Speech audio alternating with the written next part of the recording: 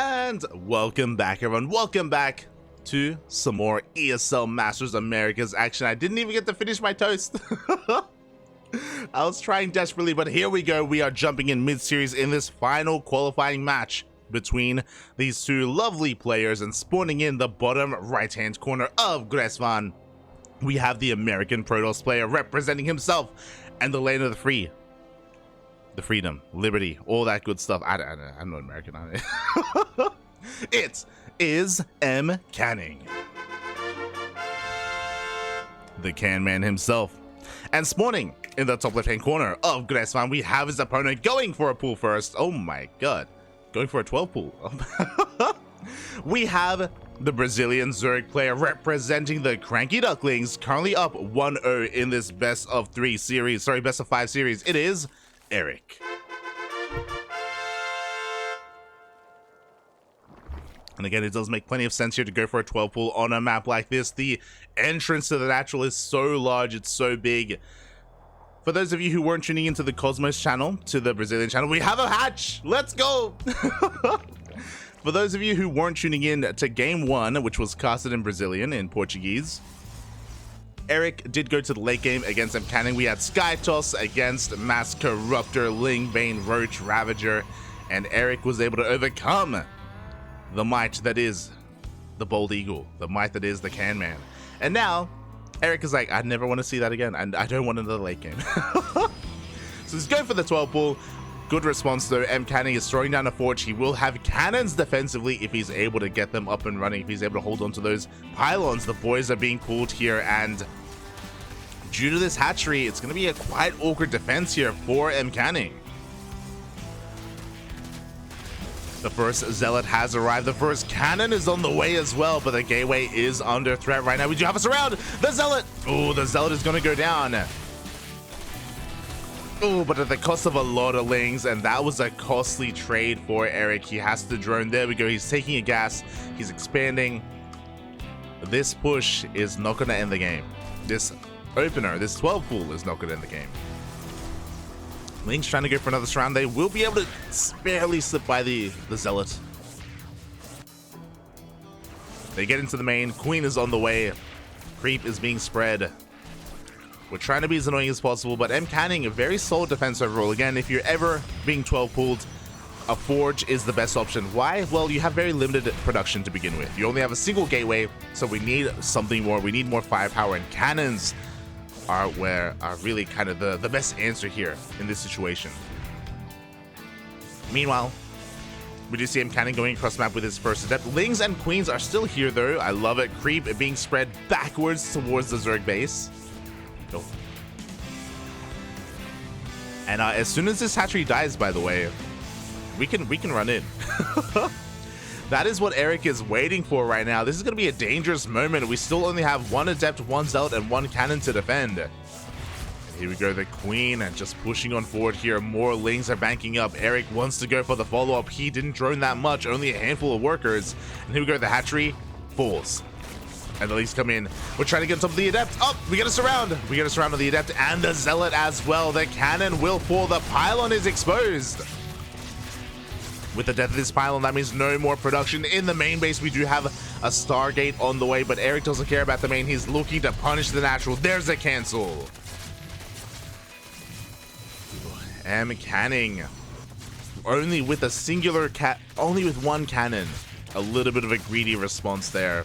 Cybercore goes down, the forge as well.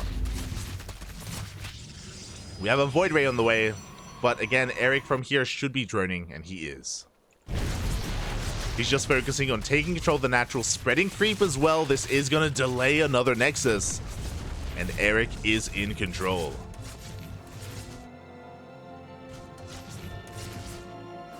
Up, up, up, up. Oh. Almost get us around. A bit of a greedy move here. The lings are going into the main, but we're going to get confirmation. We do get a scout. You know, there's a Stargate, there's a gateway. Void Ray has revealed itself. And Erik from here just has to drone, make queens, and make spores. Meanwhile, Mcanning is going to have a hard time expanding. We have an Oracle on the way for Revelation, so we can clean up this creep tumor. So we can eventually take a Nexus, eventually. And yeah, he has to keep the Void Ray here as well because he doesn't have any other form of DPS really. Yeah. There's the revelation. We cleaned it up. We have a second Void Ray on the way. Mcanning is forced into kind of like a Sky Toss composition. It's all he can do from this point. Another revelation. God, but look at all this creep. Look at all the tumors. It's crazy. We're going to need to spend so many revelations to clean this up. Across the map, we should be seeing our third hatchery momentarily. Spores, lair on the way. Oh. Ay, ay, ay. Let's go, Poppy. Let's go. And interestingly, we don't have a second Stargate. I would expect from this position, we go second Stargate, we go just Mass Void Ray, we go into Sky Toss. Oh, but this is important, Scout. The Lings get into the main base, and we get eyes on the Twilight Council. This could be for a multitude of things. This could be Blink. This could be DTs. I wouldn't be surprised if this was DTs.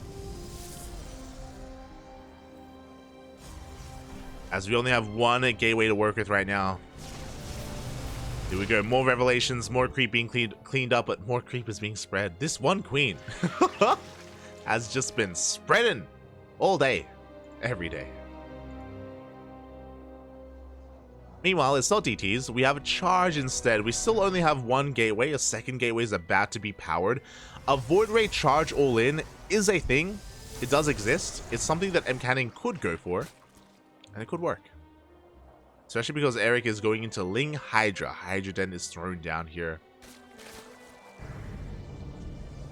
Can be vulnerable to charge lots. Oh, the queen! No! The queen is exposed. Ah! Oh, the queen will go down, but did so much work. Again, look at all these tumors already. We still have that tumor towards the south as well. Oh. As the wall is not a wall, the Ling's going to be able to slip on in and go for a bit of a run by. We get us around. No, we don't commit. Not yet. But the Zealots have been scouted. It is a bit of a tell. There we go. Baneliness is on the way. Ling, Bane, Hydra is the composition of choice for Erik. Third base is quite late, to be fair. So he's not miles ahead economically, but he is ahead tech-wise.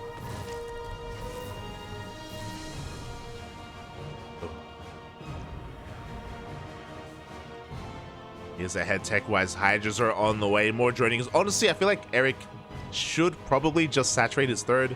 But he wants to be a little bit more aggressive. He wants to be in the face of his opponent. Wants to strike fear in the heart of Mcanning.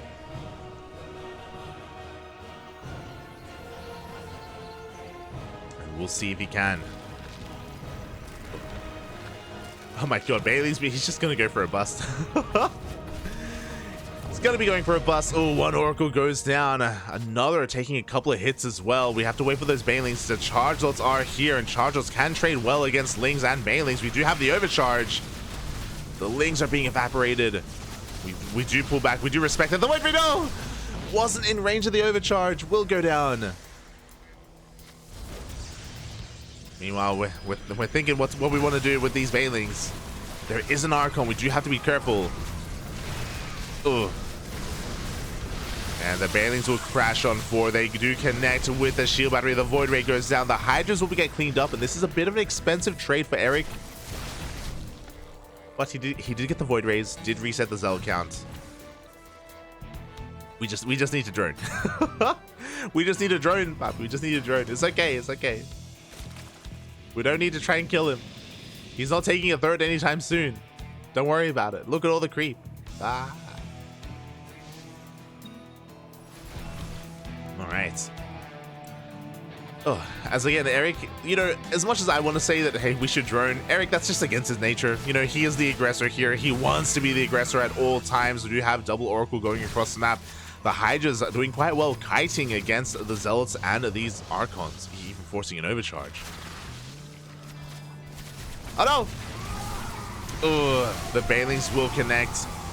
But despite that, again, the Zealots are going to trade quite well against these Hydras. Like, again, we need to calm down. Look at the units lost tab. We've lost 13 Hydras. That is a lot of gas. A lot of gas being thrown away. You can see here in the resources lost tab as well. Double the gas of the Protoss.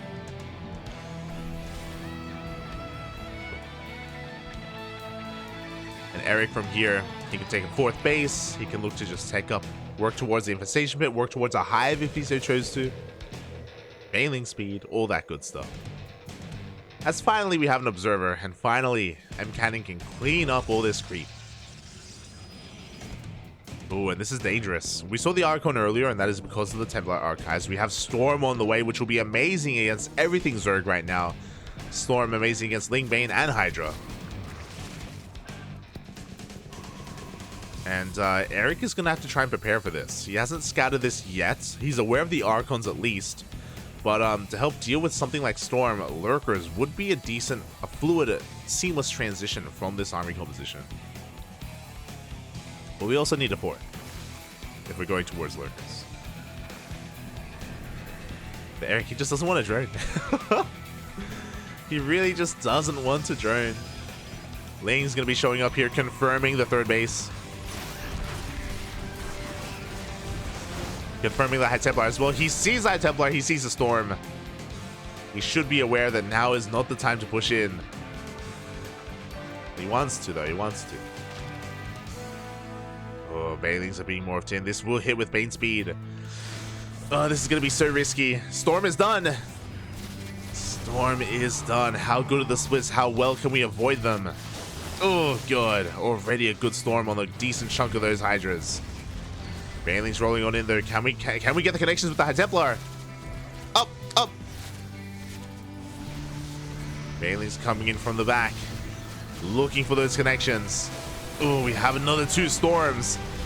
The Banelings, take a lot of hits. And it looks like that was the final Storm.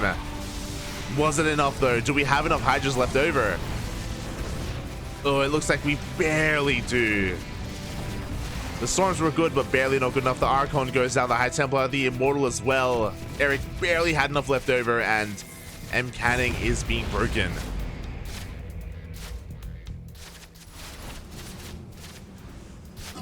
Mcanning's high-tech army was reset. Another probes. And Erik is just rallying everything he can across the map as well. Cannon goes down, Archon as well. Boys are being pulled, and again, Mcanning, his defenses have been broken. It looks like GG is called, and Erik takes a 2-0 lead in this qualifying match. Ooh, GG.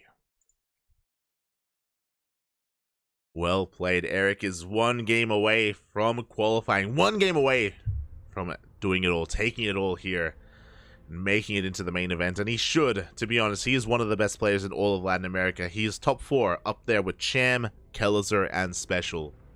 He deserves to be a part of it. Oh, and he's, yeah, oh so close. Oh so close.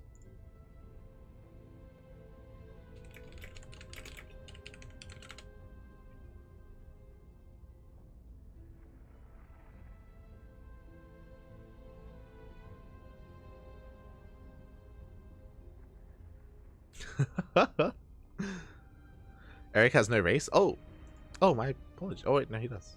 It's okay. It's all good. It's all good. And it looks like maybe we have a couple of other results coming in as well. Looking at the results here, it looks like Wikipedia hasn't been getting updated, so we'll have a look at the ESL bracket.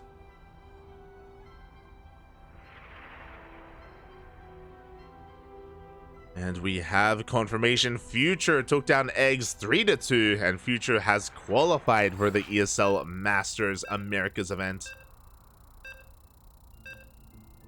Meanwhile, in the lower bracket, do we have any other qualifiers? There we go. Paddy Mac gets the 3-0 over Pili Pili as well. Paddy Mac and Uko. There are only 2 qualifying matches remaining in this qualifier. Mcanning versus Erik, as well as Eggs versus Maples. 2 ZvPs. 2 ZvPs.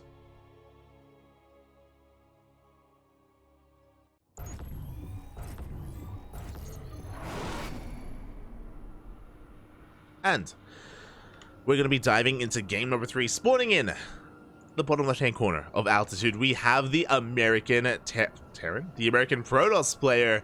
Look, when I think of freedom, I think of Terran. I think of Liberators, okay? The American Protoss, the embodiment of America, of, I almost said Wings of Liberty. What's her name?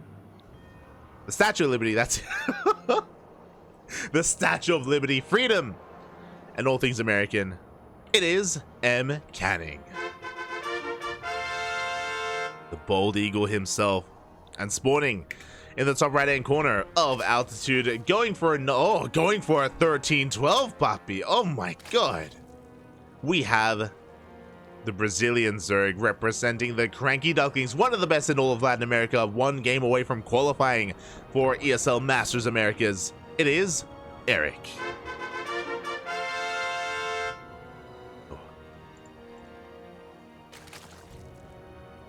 Remember when I said that like Ryu and Erik were like two sides of the same coin, where like they're twins separated at birth?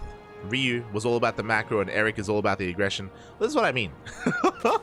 This is what I mean when I say that. 13-12 in ZvP. You don't see it too often. Yo, the GLHF is thrown down by that probe. You love to see it with those lasers. But yeah, this is something you don't see too often. With the influx of gas, we do have very fast link speed, but we are pulling out of gas. We're not going for a Bane bust, which is another possibility from this opener. Erik is expanding behind this. Just going to be getting some map control with lings and with speed. Meanwhile, across the map, he's forcing a reaction. We have Mcanning going for a full wall, is going to be delaying his Nexus, going for a double gate opener. We have a Zealot coming out as well, being chronoed, by the way. So Mcanning is, again, just not taking any chances here. Doesn't want to die to a Link Flood or a Bane Bust. So, in a way, Erik has forced a reaction and he's dealt some inadvertent damage. But, unfortunately, oh, as he slips in, wow, the Zealot out of position. Erik is going to be able to get a full scout and maybe get a probe. Oh. Just looking to be as annoying as possible.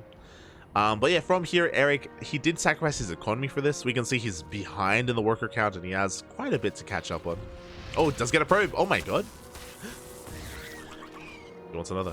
Oh no, he gets stuck. Oh, he gets it. Wow, Erik had a 2 worker deficit and now he evens it up. He actually gets ahead. That's crazy. That's actually insane. Erik now with that worker lead. Just barely, after killing a couple of probes. Of course, that 3rd probe was killed across the map scouting. I do think it was a wise choice for Mcanning to go for that scout, just because he needs to figure out if there's more gas, Roach Warren, mainly that's just a fast lair as well. There's a lot of possibilities after a gas first. Definitely. Oh. And yeah, we'll see where Mcanning goes from here. We do have a Stargate follow-up as well. Unfortunately, even though we had a 2-gate opener, the Adepts are stuck at home, and that's because we have Ling speed.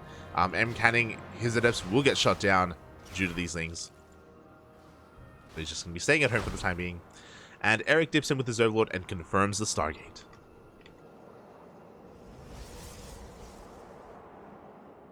Feels Brood War, man. Aye. And we have a Void Ray first. Interesting choice here from Mcanning. I'm curious what his plan is. We did see Sky Toss in Game 1. In Game 2, we saw a commitment into Void Rays, but he was forced to make Void Rays. I imagine from here we're going to be going into a Twilight Council, but we'll see. We'll see what Mcanning has in store for us. Meanwhile, Erik is just droning, getting his 3rd base. His 3rd is a little bit late, but again, because of the opener, everything is a little bit late for Erik. Just looking to get into this economically. And Mcanning, likewise, hasn't really chosen a tech path yet. Of course, we have the first Void Ray to clear out these Overlords. We have an Oracle behind this, and it looks like we will be getting into a more standard macro game from Mcanning, at least. From both players. Just a little bit chaotic in the beginning. Just a little bit. Just to make sure we're all alive. You know how it is.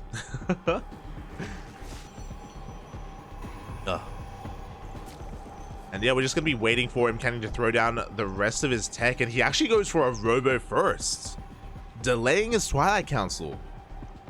Interesting. So, with a faster Robo, you can go into a faster Bay, into faster Disruptors, into faster Colossi. But there we go. We do have the Twilight Council and Forge not too far behind. So maybe just a safe opening here from Mcanning with a faster robo as well. If you scout aggression with your oracles, you can start immortal production. So a very safe move.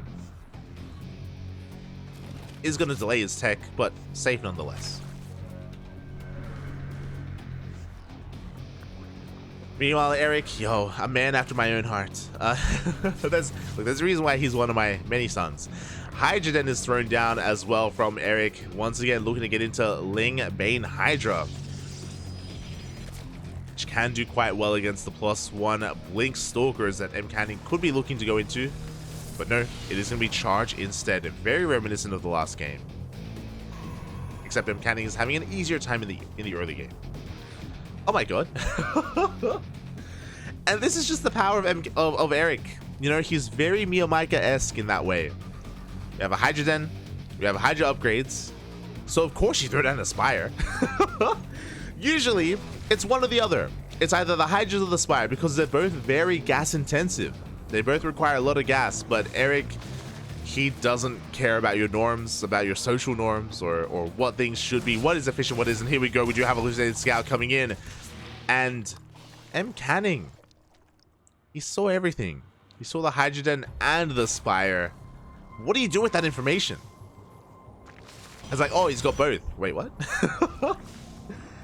Okay. Well, at least Mcanning is aware of the tech here from Erik. Makes sense, makes sense. We should maybe be seeing a couple of safety Phoenixes. For the time being, we do not. Erik knows he got scattered as well, so it would be wise for him not to invest into mutas right now, because he would have to assume that Mcanning is starting Phoenixes. And there we go. Phoenix production has commenced. So Erik shouldn't be making mutas. But he does have the tech available to him. He does have it available. As Erik is just committed into the Ling Bane Hydra. He is working towards +1 flyer attack as well. Interesting. I wonder, I'm really curious. So, game 1, Mcanning went into Skytoss, and I think that's what he's known for. I think Mcanning is known for his macro. We're on altitude as well, the largest map in the map pool. So many bases to take. It's so late game oriented as well. I think this is just Erik getting ready for Corruptors when he needs them. If he does go up against carriers at some point, he's already going to have decently upgraded Corruptors. I want to believe that that's the rationale behind this. Interesting.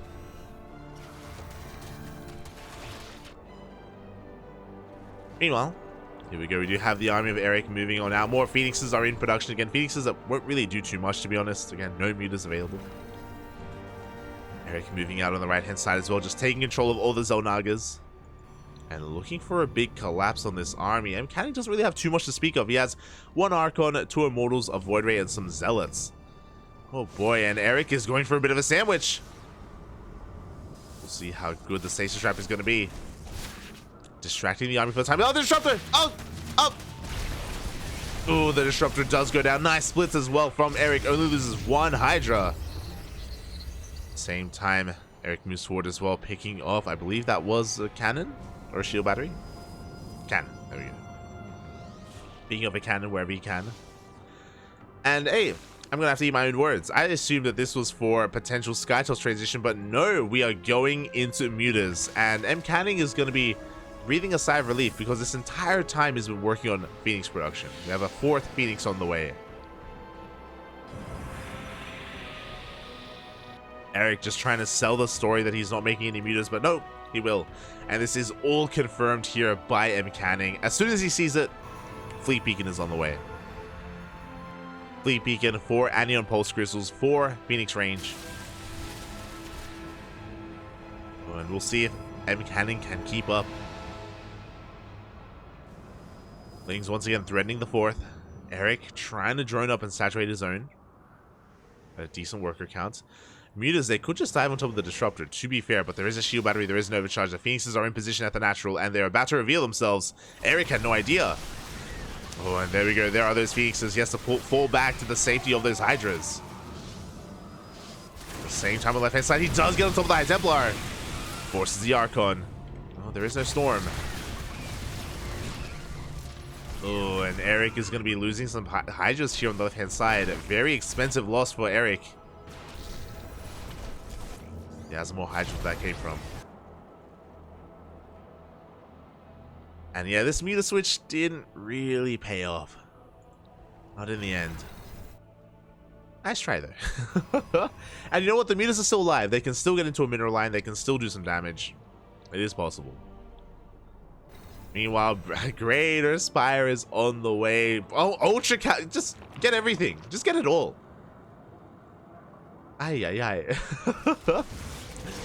Why not, mate? Why not? It's on the right-hand side, and Mcanning is going to be able to force this army back. Over on the left, the Mutas, they're going in uncontested. The Phoenixes are out of position. The Phoenixes are not here. They do have the overcharge, though. The Phoenixes are making their way over to support. Oh, and Erik has to respect this.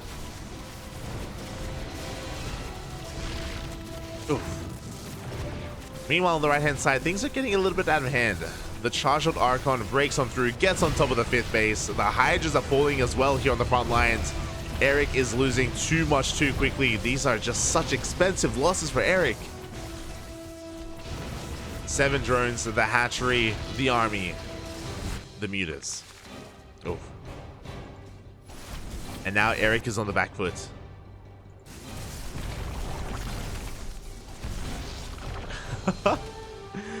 I just saw the chat here. Erik beat Dark recently. Mcanning might be good, but clearly no match for the Brazilian Oliveira. Oh. I mean, we'll see. Mcanning, he is fighting back and he's trading quite well. Ooh, he's going to be losing some of these Archons, but to be honest, Erik needed something like this. He needed something to go his way. That run by the left-hand side is going to get into that mineral line.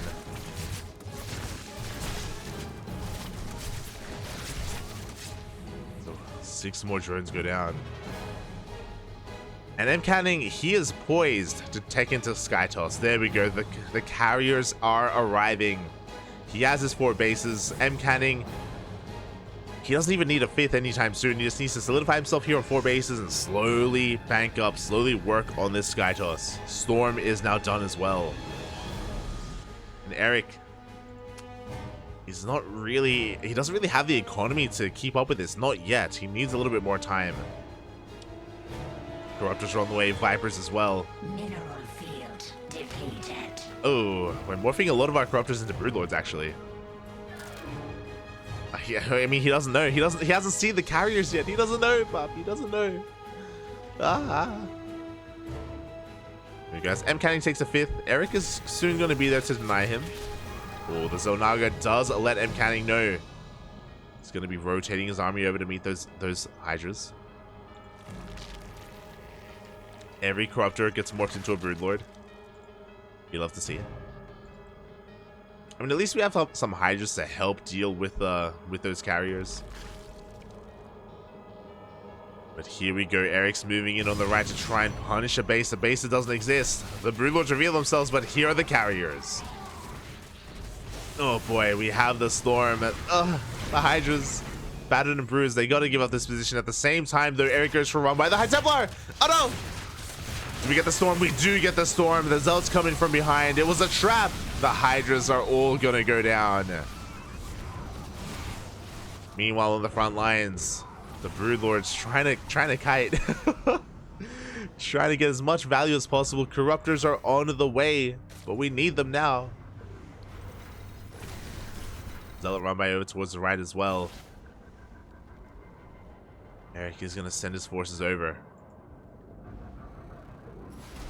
And because altitude is so large, Erik should be able to stabilize here. And we're going to end up like in a pretty even late game situation. I say even. I think I still want to favor Mcanning. Like, he has a lot to support his army. He's got a lot of High Templar. He's got Disruptors. He doesn't have Archons. And that's a little bit scary. We are missing Archons or Void Rays. We need something more to help support these carriers. Right now, this army is still looking quite naked.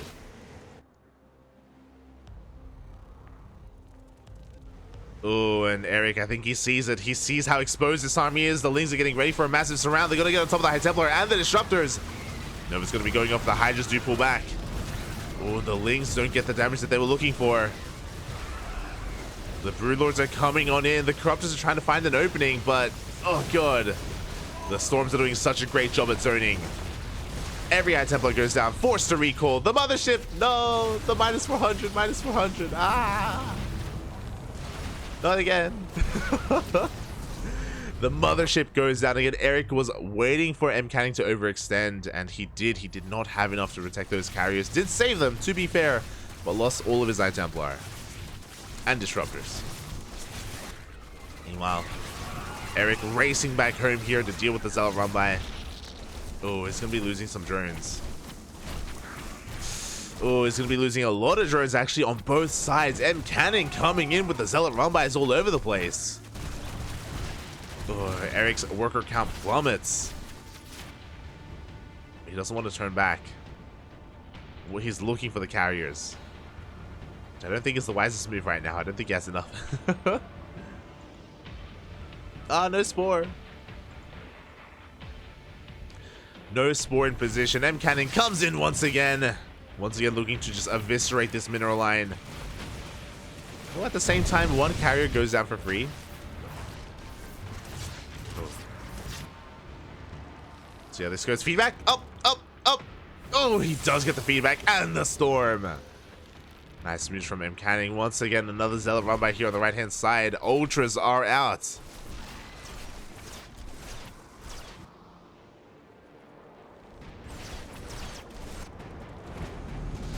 And we only have enough energy for one Yoink. Like, these Vipers are not ready for a fight, let me tell you. We're not ready, Poppy. We're not ready. The Broodlord's trying to force a reaction here, trying to pick off whatever High Templar they can. Whoa. Not quite getting any. Not yet. Same time, Ultra run by here towards the south. Runs into a wall of cannons.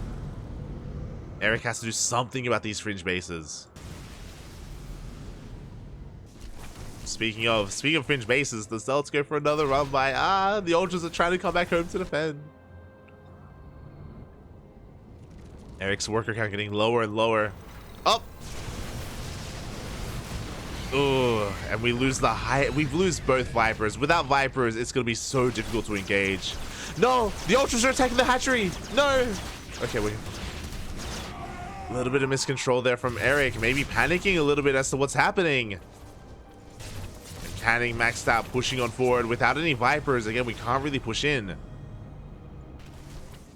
There we go. 2 Vipers are now on the way, but it may just be too late. Mcanning moving out here with his massive army. Ling Ultra is going to be diving on in, and it looks like he should be able to take down the High Templar. With the death of the High Templar, here we go. The Corruptors are diving on top of the carriers. And every carrier is going to go down, but at the cost of all these Broodlords. We get a recall. And now we need a ground army. We need a ground army. How many carriers survive? We have 4 carriers remaining. That is not a threatening amount of carriers. And Erik is looking for them. Erik is looking for those carriers. He wants them, Poppy. He wants them.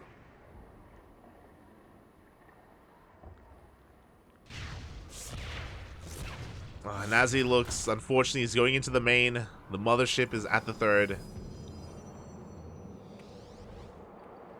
Looks like we're going to try and camp some of the production here. Yeah, we're going to be able to caustic spray down some of these buildings, or at least force a reaction out of Mcanning.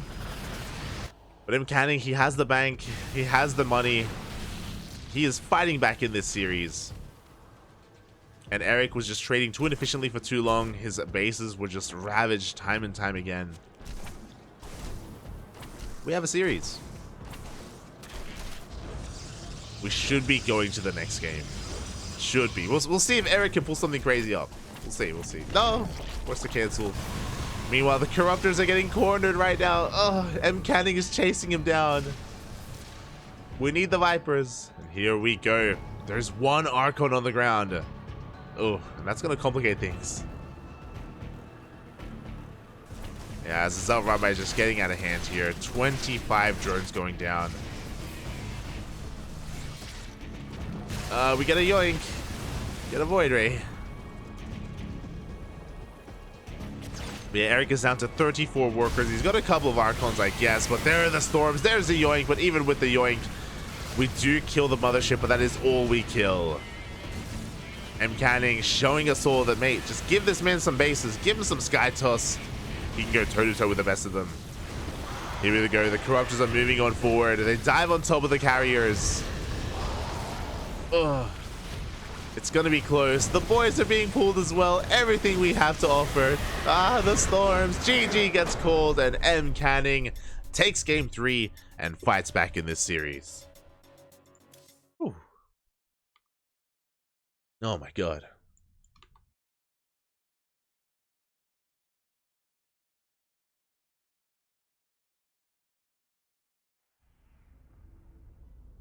Oh boy.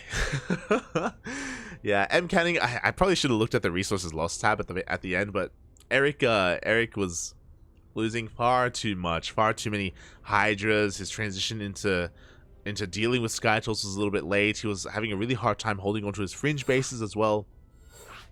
GG, very well done by Mcanning to be able to defend for so long and also to counterattack for so long as well. Oh. And now we're getting into game number 4.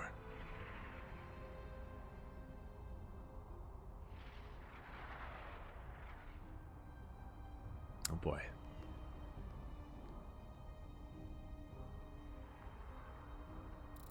Looks like we're just getting ready for some of the other players. As a reminder, as this series is going on, we have one other as well. I believe Eggs versus Maples is currently ongoing. And I believe that is being casted by Zombie Grub. So I'm not too sure how that series is progressing. But yeah, you can tune into that if you so wish. Meanwhile, everyone else is here in our other qualifying match. We have a series. We have more of a back and forth. And spawning in the bottom left-hand corner of Ancient Cistern, we have the American Protoss player fighting back in game 3, putting a point on the board and looking to take the series. It is Mcanning. Oh my god. And spawning in the top right-hand corner of Ancient Cistern, this time not going for a 13-12, this time going for another 12 pool. We have the Brazilian Zerg player representing the CranKy Ducklings. It is Erik. El mismísimo, papi. Oh, I miss Cristiano. Ah. I used to cast with a Chilean caster, a Chilean player, sorry, called Cristiano. El mismísimo. Ah, beautiful. As we do see the drone sneaking out across the map, so this is going to be a 12-pool hatch block as well. Hatchery is going to be on the way. Mcanning is going for a probe scout, and he will confirm the timing or the lack of hatchery and the timing of the spawning pool and the lings. So Mcanning is going to have all the scouting information he needs, but he won't be here in time to stop the hatchery. Oh boy. Again, Erik, he's all about the aggression. He's all about getting the momentum. Very quick forge out of Mcanning. Very solid response here to start up those cannons. This time, I imagine he'll throw down more than one. As he starts working on his SimCity, Cybercore being thrown down as well. We're probably going to get a second pylon just in case. And the Zealot has arrived. Meanwhile, oh, we do have a probe out on the map here for Mcanning. A lot of potential with that probe, not going to lie, as it is going to go in and try and scout to see if there is a natural behind this. Meanwhile, the gateway is taking a lot of hits right now, and Mcanning can't really do anything about it. Is the gateway going to go down before the second zealot pops? Up, up! It's going to be close. We have a chrono. The second zealot will come out. But that is it. That is the production gone for Mcanning. He has a couple of cannons on the way. More boys are here? With spines, maybe? He's expanding behind this. I don't think these drones are supposed to be here. Maybe they are. Up, up. No. Yeah. Here we go. The lings do wrap on in there. The spines are on the way, puppy. Oh. 2 spine crawlers. We got to kill on one of those zealots. We only have 1 cannon for now, but we have 2 more on the way. 3 cannons in total. Mcanning taking this very seriously. Ugh. as Mcanning is throwing down at that Stargate. Going to be getting into his own Void Ray. Oh, a lot of Lings go down though. The Queen just barely is going to pop. And Erik is going to drone. He's going to chill out. He is just going to drone behind this. Oh, the cannons are a little bit distracted by that egg, by the way. Are they in range? No, they're not in range of the spines. Uh-oh. These spine crawlers actually coming in clutch. They're going to be able to focus down the pylon, the cyber core, the zealot as well.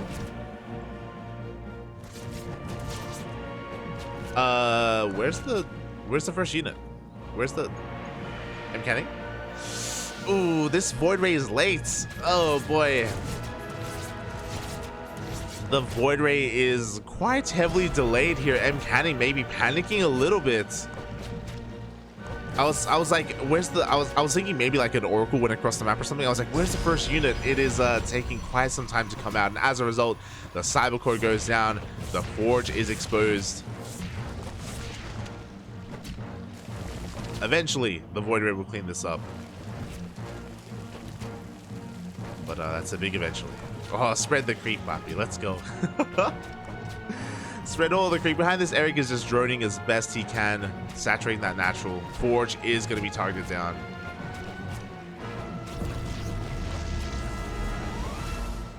Oh, the Queen. No, the Queen is going to try and hide. Is going to be shut down by the Void Ray before anything else happens, though. These spines, can they do any more damage? I don't think they can. I don't think they will.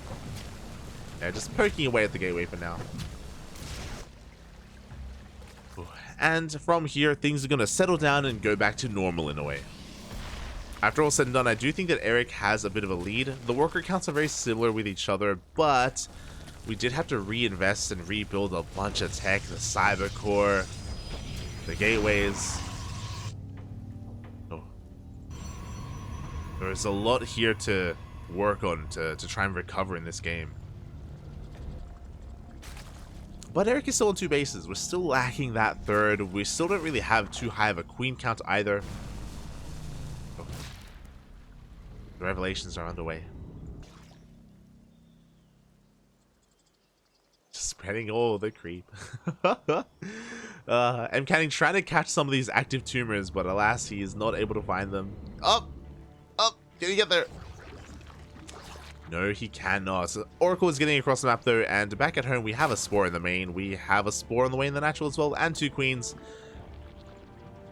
The Oracle is going to have a hard time finding some damage, and yo, we go for a very fast Roach Warren. The Roach Warren is fast in, relation to everything else that's been happening. In context of this game, oh, we're going for a Roach Warren and a Lair as well. Okay.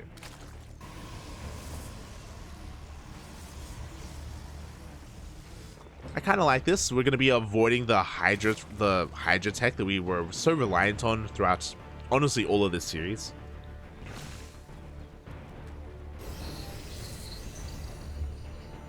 We're going to be going Roach Ravager instead.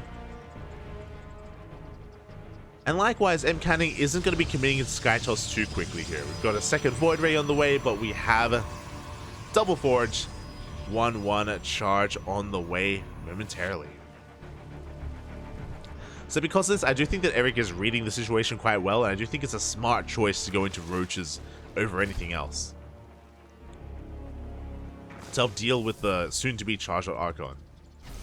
Meanwhile, oh, no Spore at the third base is going to be punished. Mcanning slips in and gets 3 drone kills. Oh. Barely gets out of there. Erik trying to saturate his bases, taking more of his gases as well. Should be seeing a 4th soon, as Mcanning is about to take his own 3rd. Observer is now out. We can finally clean up all of this creep. And Erik, I thought he was going to be committing into Roach Ravager, and he kind of is. But we have a Spire. He's crazy. He's going to be going into meters. This is also scouted by Mcanning. He sees it with the hallucination. Oh boy. Now, Erik knows it got scouted. He did see the hallucination as he did kill it. And we have another to confirm. Mcanning wants to make sure it was up. Ooh. I was going to say he wants to make sure it wasn't cancelled, but Luke won't quite see it. There we go. It's okay. We have more hallucinations. They're all coming across the map, Harvey. All of them. And we'll see if Mcanning realizes what he saw. I'm surprised we don't see any Phoenixes right now. Again, maybe he just wants to make sure that the Spire is going to finish. Oh, he doesn't go in. Wait. Was that an all army? Wait. Hallucinations, they're affected by the all army hotkey, right? If that's the case, that's a little bit smudge. He isn't able to get confirmation, but we do have that Phoenix on the way. Here we go, Mcanning pushing out across the map. What do we have at home to defend? We have a decent amount of Roaches. No Ravagers, but Roaches nonetheless. Lings are getting ready for a counterattack to head towards that third. The third that is barely saturated. Up! Forcing an Archon, and meanwhile, here we go. Mcanning's going for his push. The Queens are exposed, and we need them to help defend against these Void Rays. But there's too much on the ground. Mcanning may be hoping that Erik was banking up Mutas or working on skipping some tech. Roaches are more than enough to force Mcanning back. And once again, Erik is working on +1 air attack.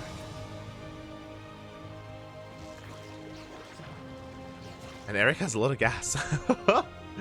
Erik has been banking up a lot of gas, mate. We have the 4th on the way. It's getting fully saturated. It looks like Mcanning didn't click on the building that he saw. So maybe he thought it was another Spore. It's possible. Oh no, he has some Phoenixes. He has 2. At least 2. Oh, the Oracle's going in. He wants to try and get the scout off. Up, up, up. Ugh, we'll get a revelation, but we'll not make it into the main. We don't have Mutas, we have Corruptors instead. Interesting. I mean, there are things for the Corruptors to kill, to be fair. But outside of Sky Toss units, I don't really know if they're going to be able to caustic spray anything down. Very interesting choice here from Erik. There's like 2 Void Rays and 2 Phoenixes for them to kill. It's something. And the Oracle, to be fair. Here we go. The Corruptors are moving on out. Phoenix has been spotted. We know what we want. Was the Corruptors going to intercept, but the Phoenix did not chase.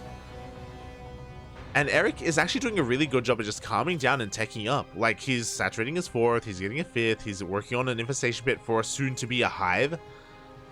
This is a much more passive Erik than we're used to seeing. Like, sure, things started with a 12 pool, but I really do appreciate that Erik just wants to be a little bit more cost efficient and a little bit less aggressive overall.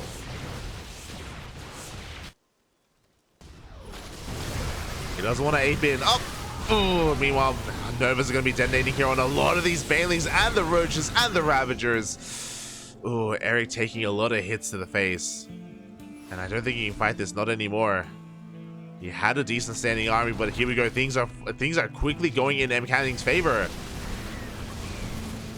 Oh, another Nova connecting, and this may just be too much. The Corruptors are coming into support. Sure, they can kill the Void Rays, but that's all they can do.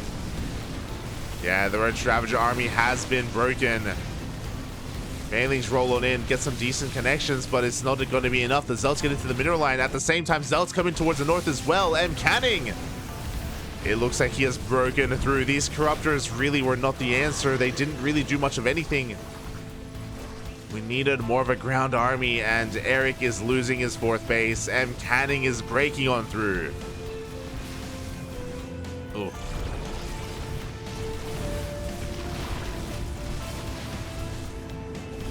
Again, maybe Erik was hoping that Mcanning was investing more into Skytoss, and that's why he invested into those Corruptors. Alas, this is not meant to be, and now Erik, his economy is in shambles. He's down in bases, down in workers, down in army. If Mcanning wanted to, we could probably keep pushing. to be honest. Oh boy. Corruptors are trying to find something to do, and hey, they're going to be able to maybe deny the 4th base. But Mcanning is making his way over downtown, walking fast. Oof.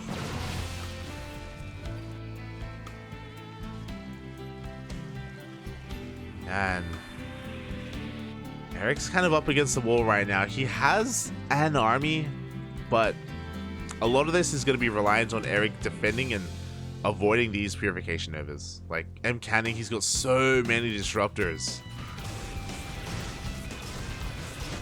So many of them. Oh, that's a kill, not a cancel on the would-be 4th base. Here we go. Mcanning's going in for the kill. We have a little bit of Roach Ravager here to hold on, but the Nova connects. And we have 4 more where that came from. Nice splits this time from Erik. Oh, but that was not a split. That's exactly what Mcanning wanted, what he needed. And Mcanning is going to be looking to fight back in this series. GG gets called. We're going all the way to the ace match. Oh my god. Mcanning coming back in game 4. Oh boy. Utilizing these disruptors insanely well, and to be fair, that's like his signature unit, more so than Skytoss. Mcanning is all about the disruptors, for a good reason. Oh. Yeah, Erik having a hard time avoiding those Novas. All it took was a couple of big ones. And they did quickly swing everything in favor of Mcanning. Meanwhile, we just got an update. Eggs versus Maples has concluded, and Eggs took the series 3-1. Eggs has qualified for ESL Masters Americas, which means this is the last qualifying match. It all comes down to this. Everyone else has already made it. They've been eliminated or advanced on through. And now it is down to the ace match. What is the map? The map, I feel like, is going to play a big important role here. These larger maps, I feel like, are more difficult for Erik. So Altitude and Ancient Cistern makes sense. Erik's aggressive style just doesn't really benefit from these large maps.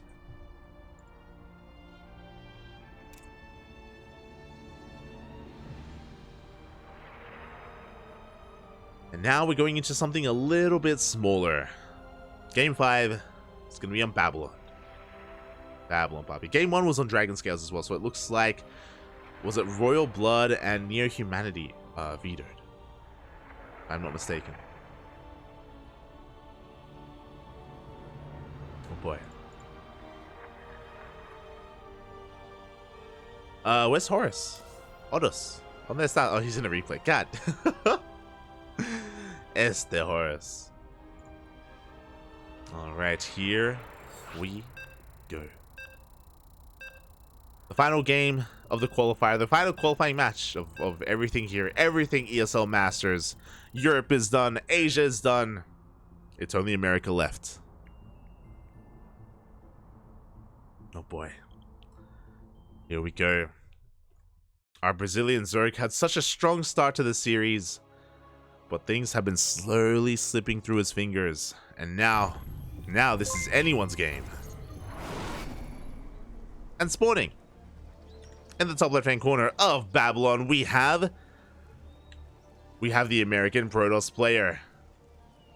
Representing the land of the free, the Bald Eagle himself, tying up the series 2-2, fighting back, forcing the ace match. It is Mcanning. And spawning in the bottom right-hand corner of Babylon, we have his opponent. We have the Brazilian Zerg player representing the CranKy Ducklings. It is Erik. The F stands for fear. Let's go. Shout out to Asher, bro, for resubscribing 14 months in a row. Welcome, Poppy. Welcome. Oh my god. Asher's here. Migs is here. Oh, Erik needs your support right now. He's going for the pool first. Just a regular pool first, though. Oh my god. He has a drone across the map. Never mind. There's nothing regular about this. Okay. So, we're getting a probe scout. We should be seeing a hatch block here. We're getting a straight up hatch block, though, just to slow down the economy of Mcanning. So we're getting an economic opener. That's why it's only a pool first, not a 12 pool. So pool, hatch, gas opener here. This is going to be forcing some lost mining time and delaying the nexus of Mcanning. This will kind of give Erik a little bit of momentum early on to get his own base up and running.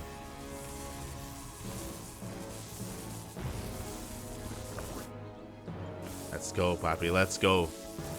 And we have pulled the correct amount. 5 probes have been pulled here for Erik. Sorry, for Mcanning. Trying to focus down Erik's hatchery. Oh, and I love this. Likewise, Mcanning also pylon blocks Erik as well, just to slow down his base. Mcanning is fully aware that Erik is going for a more economic build. Oh, the Evo block as well. Quick moves here out of Erik. Oh, can he cancel? Does cancel in time. Oh, but he sticks around with the probe, with the drone. He does stick around, delaying the Nexus even further. As the Lings are about to rock up as well. Zealots are in position though, so Mcanning isn't going to be losing too much of anything here. Goes for a second gateway, goes for a shield battery. Oh, this shows that he's a little bit concerned. He's getting a second pylon. He thinks he's up against an all-in. Uh-oh. Mcanning misreading the situation a little bit. Being hyper defensive. Getting the shield battery and the second pylon. Meanwhile, Erik is just droning. He's just chilling. Droning back at home. And Mcanning just not fully aware. He did end up scouting the hatchery, but playing it out safe is just going to delay his own Nexus even further.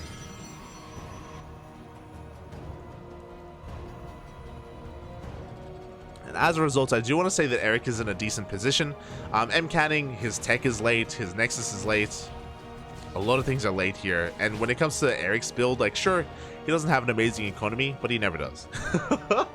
Like, this is where Erik wants to be. He likes it, Poppy. He likes it. He likes the low drone count, Poppy. It's okay. Speaking of, we're just kind of waiting a little bit longer here. Mcanning, he even warped in a sentry as well, which is more gas. I'm like, another sentry. I worry because this is just delaying the Twilight Council or the Stargate. Like, whatever the tech is. Robo, Twilight Council, Stargate. Oh boy. Mcanning is just so paranoid.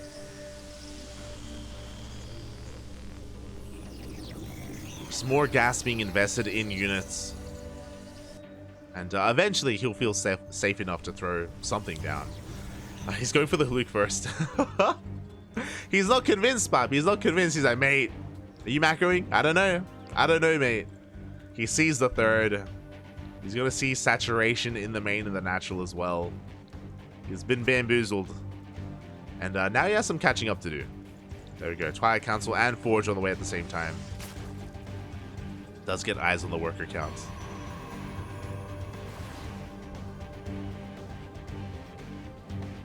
Let's go, Papi. Let's go.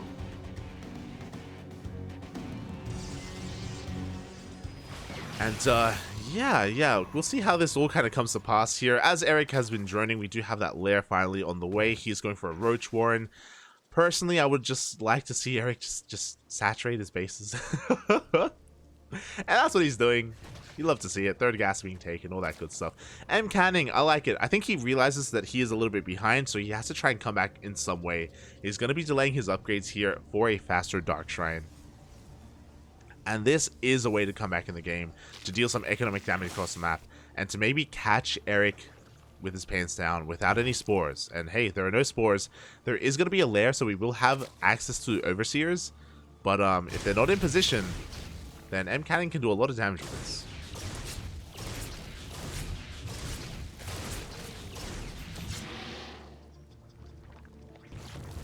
Before that happens, Erik is going to be cutting drones here at 45 to 46. We're sending a massive swell of Roach Ravager Ling across the map. Roach Speed just now starting an Evo Chamber as well, which means Erik is going to drone behind this. There we go, drones are on the way, but he wants to try and deny the third. And he will. He will. There's nothing here to defend. The third base is going to be cancelled. And we're going to be containing Mcanning to 2 bases, but the Dark Shrine has just finished. We can warp in some DTs. Unfortunately, there's no Prism.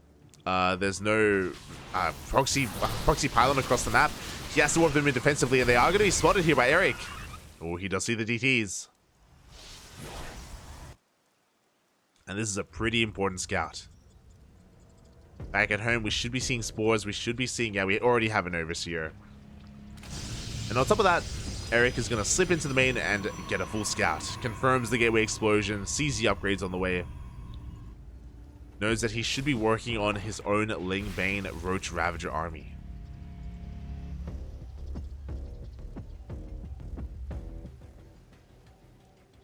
Oh. Alright, here we go. And I appreciate that, like, Erik knows that he's ahead right now, especially after dying the third. He can just throw down spines and spores in every single base. He doesn't want to die to DTs. I respect it. I understand. We've been there before. Aye, aye, aye. And Mcanning is going to be rushing into disruptors. Again, his main army is not too much to speak of. Not really too much to write home about, but it is of course the disruptors that are going to change everything. They're going to make or break. We have a contaminate on Blink. Oh my god, we almost never see that. Let's go. Blink is going to be delayed. At the same time, Erik is going to be laying siege upon the third base, but the Archons and the disruptors are here. The hallucinated disruptor. Wow. Mcanning faking out his army. I'm pretty sure there was an overseer here. Yeah, I mean, I'm pretty sure Erik saw that anyway, but still very fancy. You love to see it. Fancy moves out of Mcanning.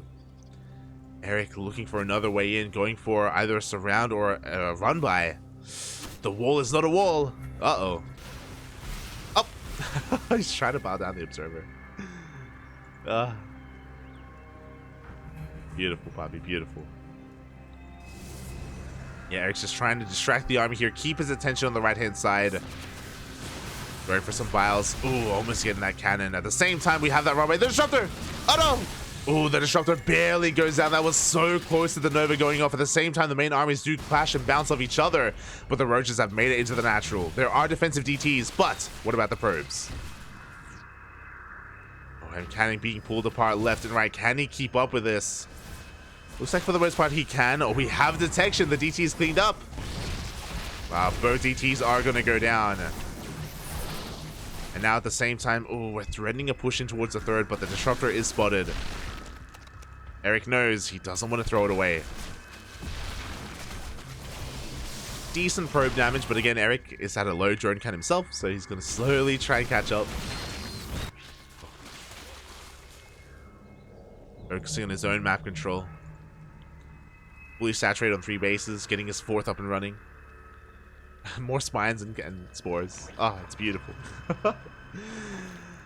Oh, and Mcanning. He's going to be switching things up. We have a Stargate on the way. He is looking to get into Sky Toss. Uh-oh. Okay, interesting choice here. I mean, to counteract that, we already have a hive. Vipers are on the way. Can Mcanning survive this long? I think taking up this quickly is going to be a bit of a mistake. Vipers are on the way. Soon Erik is going to be laying siege upon this base, and these disruptors, there's no answer to the Vipers. They're just going to be targeted down. Oh, another contaminate on the Robo. You love to see it. And here we go. The armies are clashing in the middle of the map. Nova goes off. Does zone away Erik. Looking at the vision, I believe Mcanning, he did see the hive. He's aware of the hive. He's aware of the potential for Vipers. Which is why I feel like taking up like this is maybe not the correct move. He's going for a second Robo. Another contaminate. Oh my god. No Robo production.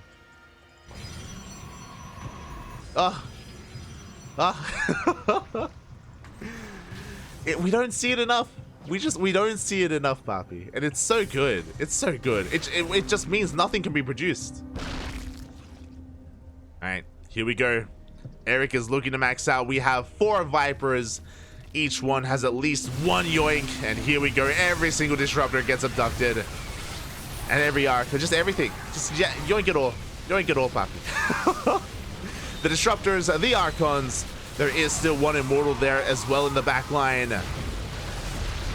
But it's not going to be enough, Papi. It is not going to be enough. We're waiting for maybe another disruptor to show up. Oh, but the vials, the roaches were breaking on through. The shield battery gets targeted down, and Mcanning is trying his hardest to hold on, but there's just nothing left to hold on to. Oh, the boys are even being pulled. A bit of a sign of desperation here, but again, it's his tournament life on the line. GG gets called, and Erik, he was up 2-0.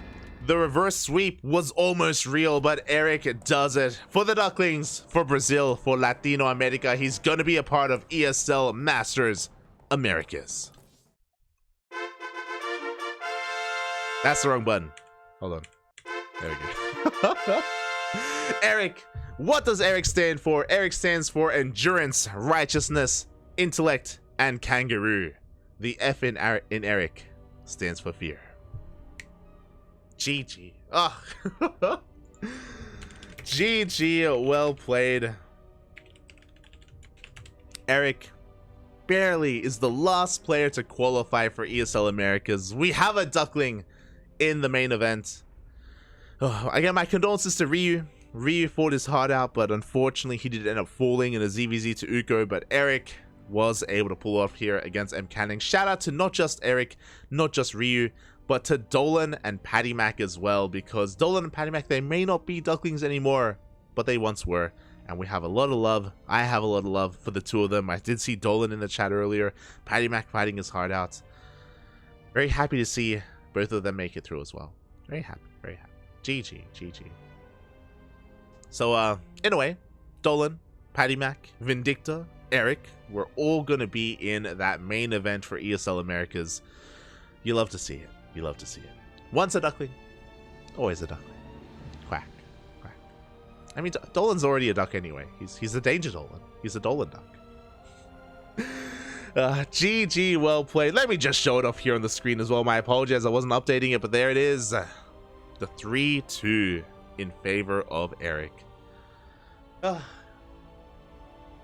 What a qualifier. What a qualifier. We had some ups. We had some downs. I was stressed out. I was anxious. I have been looking at my toast this entire time. I had one slice. I had one piece of toast. I had two. It's still there. Ever since the start of the broadcast, just haven't had time to eat. But it's all good. GG, well played.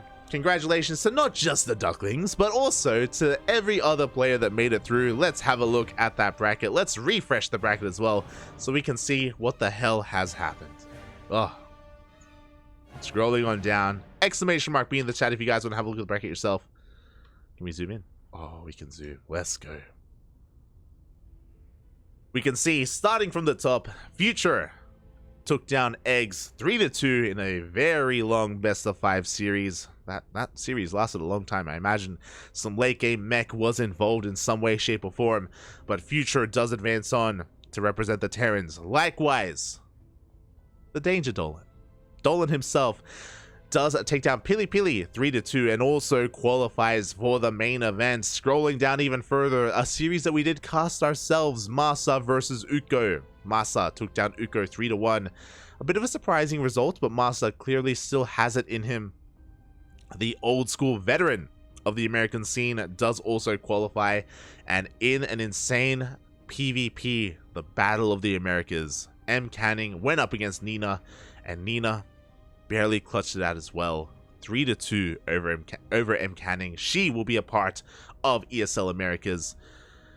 And I mean, that just goes to show, shout out to Mcanning, because he went to the ace match in every single qualifying match. Went to game 5 against Nina, went to game 5 against Erik as well. Mcanning, clearly an amazing player, but just barely doesn't make the cut. Just barely. Oh. Aye. Scrolling down a little bit further, Eggs eliminated Maples 3-1. I believe that was casted by Zombie Grub over on her channel, if you do want to tune into that. And I think Horace as well. I believe Horace was casting in Spanish. But Eggs, of course, is one of the best Zergs in Latin America, and he was able to overcome the NA Protoss in Maples. And when I say that, I mean that I'm sure a lot of cheese was had. I'm sure there were cannon rushes. I'm sure there was a lot going on there. Down a little bit further, not quite updated yet on Wikipedia, but Erik did take down Mcanning 3-2. He qualifies, he makes it. We have our Duckling in the main event. And at the very bottom, a series that we also casted, Uko versus Ryu. Heartbreaking series. I have a fond place in my heart for both Uko and Ryu. Ryu is, of course, a Duckling, and Uko, an amazing streamer who raids us relatively frequently as well. Uka was able to take that 3-0. Ryu, unfortunately, even though Ryu has really good ZvP, and I was bringing this up earlier, Ryu even took down Masa in the qualifiers. He took down Masa in the open qualifiers. His ZvT is that good as well. Unfortunately, his ZvZ is lacking a little bit, and Uko was clearly well versed in it and was able to take advantage of Ryu with the tech switches, with the timing attacks. A very, very timing oriented, or very, in a way, even a little bit chaotic ZvZ that we did cast there, and Uko was able to qualify over Ryu. Again, you know, I hope to see more of Ryu in the coming months, maybe in the next season of ESL Masters as well, as this is summer and we're going to get ESL Masters Winter later on in the year. But yes, that is it. We are going to be wrapping up with every qualifier, because this was America. There was also Europe, which was earlier today, and Asia, which was earlier today as well. If you weren't aware, we did cast Asia, so if you're interested in the Asia qualifiers and the closed qualifiers, then check out our Twitch channel. All the VODs are available on Twitch for all of our casts, and we have been casting so much this weekend. 3 casts a day, every day. And we made it! I'm alive! We are all alive. We have survived the qualifiers.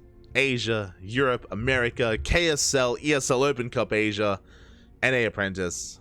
So many casts were had over the past couple of days. And they're going to be continuing. As I quickly check the calendar, we do have a Google Calendar with all of our stuff.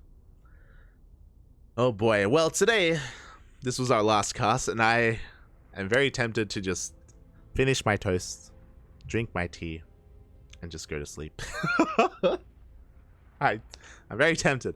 I've been sleeping like between like 3 and 5 hour intervals, you know, between some of these broadcasts, just to try and make sure that I'm not tired when I'm casting. That's my biggest worry. Like, I'll be awake, but I just want to make sure that I have energy and I'm present in the games. I'm very tempted to go to bed. Our next cast is going to be tomorrow. Tomorrow morning, in less than 24 hours, is going to be ESL Open Cup Americas, where the best of the best duke it out. Korea, Europe, or some Europeans, the ones that stay up throughout the night, and Americans as well, North Americans even, Latin Americans, all over the place. Yeah, it's going to be a great way to kind of chill out a little bit and enjoy some more StarCraft, some more weekly StarCraft tomorrow. I'm curious who's going to sign up and who isn't. And what I mean by that, ESL Masters is the biggest event for StarCraft for everyone involved, and I'm sure the players that qualified for ESL Masters maybe want to take a break because they just had a pretty intense weekend. It's been pretty intense. They may want to take a break, and they may want to try and take some time to refine themselves, to reflect a little bit, to work on their own builds. It's still a ways off until ESL Masters, though. I'm just looking at the calendar. Just over 2 weeks. The 2nd of May. The 2nd of May, or the 1st of May, I think, depending on where you are in the world. 1st or 2nd of May is the beginning of ESL Masters Summer, the regionals. The regionals for Europe, America, and Asia. So we do have actually 3 weeks. Oh my god, yeah, it's 3 weeks away. Why didn't we spread out these qualifiers? Just saying. ESL. Just saying. But yes, the 1st of May, the 1st or 2nd of May is when the main event is starting. So these players have plenty of time to rest, recover, recuperate, work on some builds, and prepare for their groups. And everyone as well in the chat, we're gonna have plenty of time to prepare for that as well. It's gonna be a pretty intense period for StarCraft. A lot of StarCraft is gonna be going on at all times of the day, and we'll try to be a part of it. We will do our best. I think this is okay to say. Pretty sure this is fine to say. For those who don't know, here at the CranKy Ducklings, we have been a part of the ESL B stream for a couple of years now. Ever since COVID started, we've been handling the B stream for Oceania, for China, Taiwan, Hong Kong, for America, Europe. Well, that's we even pull all-nighters to cast Europe. This season of ESL Masters from our understanding, there isn't going to be a B stream, and that is going to mean that ourselves, alongside like Beomorph and Steadfast, and I think Winter did some B streams, and I know the Alpha X boys did some B streams. There's not going to be a B stream or a C stream or a D stream for ESL Masters. It is all going to be on the main stream, which I think means that overall the event is going to last longer because everything is going to be casted on the main stage.